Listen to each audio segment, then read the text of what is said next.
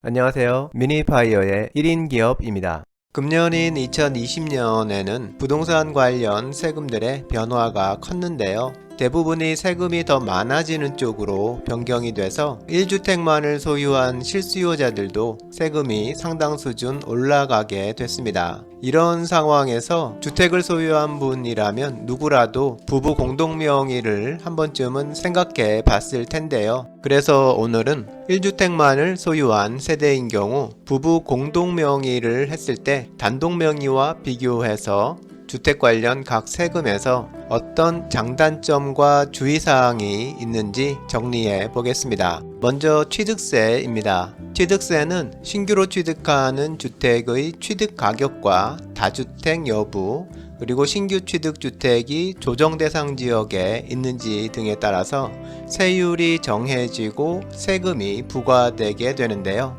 단독명의는 이렇게 부과된 세금을 명의자 한 명이, 공동명의는 명의자 둘이 반씩 나누어서 내는 거라 단독명의로 하든 부부 공동명의로 하든 세대 입장에서는 내는 금액이 동일해서 특별한 유불리는 없습니다. 다음은 증여세인데요. 주택을 취득하는 방법은 유상으로 매매를 통해 취득할 수도 있지만 무상으로 증여를 받을 수도 있는데요. 요즘은 남편 단독 명의로 소유했던 주택을 부부 공동 명의로 돌리기 위해 증여를 하는 경우도 많습니다.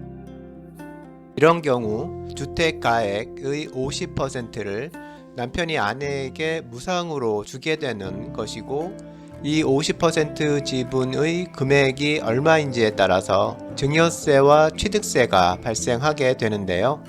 부부간에는 증여 금액이 10년간 6억 원을 초과하지 않으면 증여세는 과세되지 않지만, 증여로 신규로 지분을 취득하는 쪽에서는 취득세를 납부해야 합니다. 증여세와 증여 취득세는 증여를 할 때 내게 되는 세금이라 단독 명의를 유지하거나 처음부터 공동 명의로 했었다면 낼 필요가 없는 세금 비용이니까요.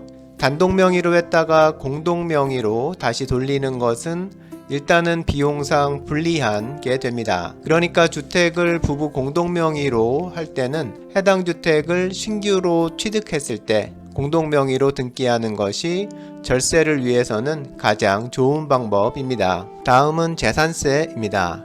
재산세는 주택의 공시가격에서 계산된 과세표준 금액을 기준으로 해당하는 재산세율을 적용해서 계산된 금액을 세금으로 부과하는데요. 이렇게 부과된 금액을 단독 명의는 혼자, 공동 명의는 둘이 반씩 내는 거라 세대를 기준으로 보면 단독 명의나 공동 명의나 똑같은 금액을 내게 되는 겁니다. 네 번째는 종부세인데요. 금년에 부부 공동 명의가 가장 논란이 됐던 것이 바로 이 종부세인데요. 종부세는 단독 명의냐 공동 명의냐에 따라서 종부세를 계산할 때 적용하는 기본공제 금액, 세액공제 적용 여부가 크게 달라졌기 때문입니다. 그 중에 가장 큰 논란은 세액공제 적용 여부였는데요. 2021년부터는 부부 공동명의도 기본공제를 단독명의와 같은 9억을 적용하면 세액공제를 적용받을 수 있게 됐습니다. 이렇게 되면 종부세에서 공동명의가 좀 더 유리해졌다고 볼 수 있는데요. 12억까지는 종부세를 안 내다가 12억을 초과하게 되면 기본공제 9억과 세액공제 적용을 선택해서 종부세를 더 줄일 수 있게 된 거니까요. 2021년부터 종부세가 이렇게 변경되니까 기존 단독명의였던 세대가 공동명의로 바꾸는 것을 고민하는 경우가 많을 텐데요. 하지만 이 경우 발생하게 되는 증여세와 취득세를 꼭 염두에 두어야 합니다. 주택 공시가격이 높을수록 증여세, 취득세 비용도 금액이 커지니까요. 공동명의 전환으로 종부세가 절감되는 금액과 증여 관련 발생 비용을 꼼꼼히 비교해서 절세에 도움이 되는지를 따져본 후에 실익이 있는 방향을 선택해야 합니다.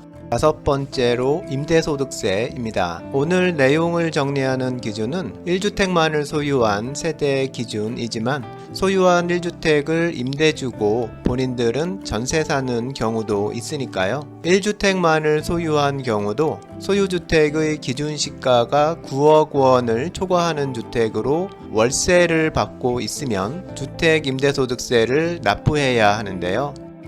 이런 경우에는 주택임대로 발생하는 소득 총액을 한 명의 소득으로 잡는 것보다는 두 명이 각각 반씩 번 것으로 계산하는 경우가 더 유리합니다.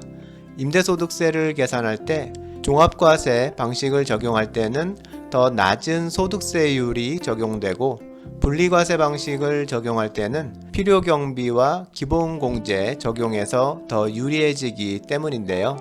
결과적으로 납부할 소득세 금액이 더 적어지기 때문에 공동명의가 더 유리합니다. 하지만 주택임대소득세에서 공동명의는 세금 절감 효과만 생각하면 안 되고 꼭 확인하고 넘어가야 하는 게 하나 더 있는데요. 그건 바로 건강보험입니다. 부부 공동명의 시 부부가 모두 직장을 다닌다면 건강보험을 따로 신경 쓸 필요는 없지만 부부 중 한 명만 직장을 다니고 다른 한 명은 배우자의 건강보험 직장가입자 피부양자인 상태라면 공동명의 관련 건강보험 이슈를 꼼꼼히 확인해야 합니다. 공동명의 주택을 임대해서 임대소득세 납부 대상 사업소득이 발생하게 되면 직장가입자의 피부양자였던 배우자는 피부양자 자격을 상실하고 건강보험 지역가입자로 전환되게 됩니다. 특히 보유주택의 공시가격이 높고 임대소득이 클수록 그리고 피부양자인 배우자 명의로 다른 재산이나 소득이 많을수록 피부양자 자격을 상실하기 쉬운데요.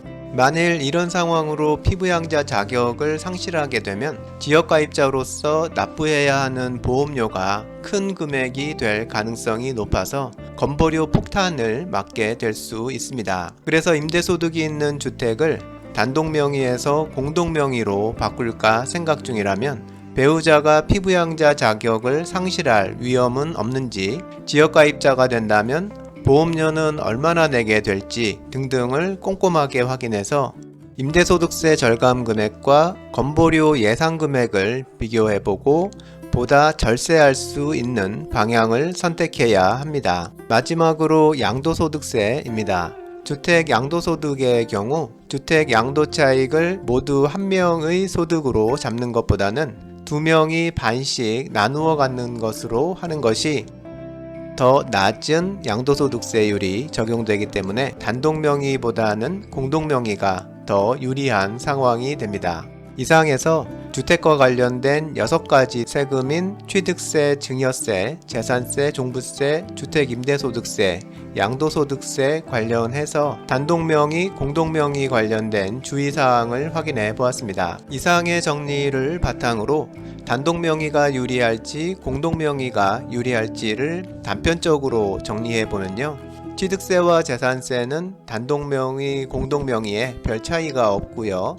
증여세는 단독명의를 공동명의로 바꾸려고 할 때 내게 되는 세금이니까 기존 명의 형태를 바꾸지 않는 게 더 유리하다고 할 수 있겠고요.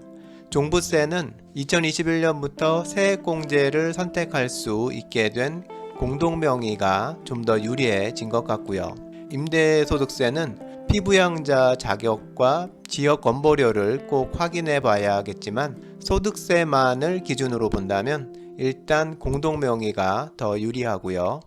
양도소득세는 공동명의가 더 유리한 것으로 보입니다. 이렇게 보면 공동명의가 단독명의보다는 유리한 상황이 많은 것 같기는 한데요. 꼭 기억해야 할 것은 이 정리는 일반적인 상황만을 기준으로 단편적으로 정리한 것 뿐이라는 겁니다. 실제 상황은 항상 이것보다는 더 복잡하니까요. 실제 상황에서는 세부적인 사항을 모두 확인하고 어떤 것이 더 유리할지 사전에 꼭 꼼꼼히 따져봐야 합니다. 오늘은 주택 단독명의와 부부 공동명의에 따른 세금별 주의사항과 장단점에 대해서 정리해봤습니다. 좋아요와 구독 부탁드립니다.